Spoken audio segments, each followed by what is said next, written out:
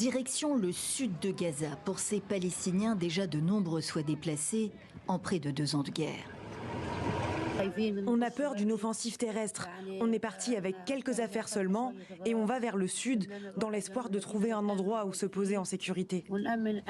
Par centaines, ils quittent la ville de Gaza alors qu'Israël prépare une offensive terrestre destinée officiellement à venir à bout des combattants du Hamas, poursuivant dans le même temps ses frappes meurtrières sur le sud de l'enclave, à Khan Younes notamment.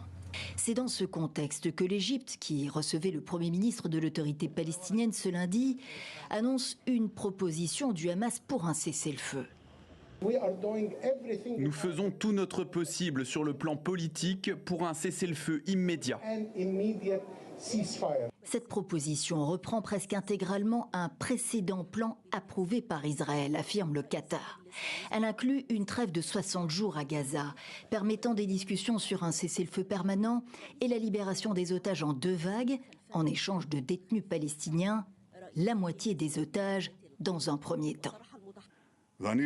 Comme vous, j'entends les informations relayées par les médias et celles-ci donnent une impression claire. Le Hamas subit une pression atomique. Pas de commentaires sur le fond. Israël, qui veut la libération de l'ensemble des otages d'un coup, donnerait sa réponse avant la fin de la semaine, selon la presse israélienne. Une vingtaine d'otages seraient encore vivants sur les 50 toujours captifs à Gaza.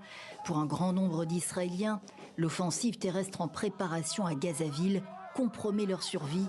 Ils réclament un accord sans tarder.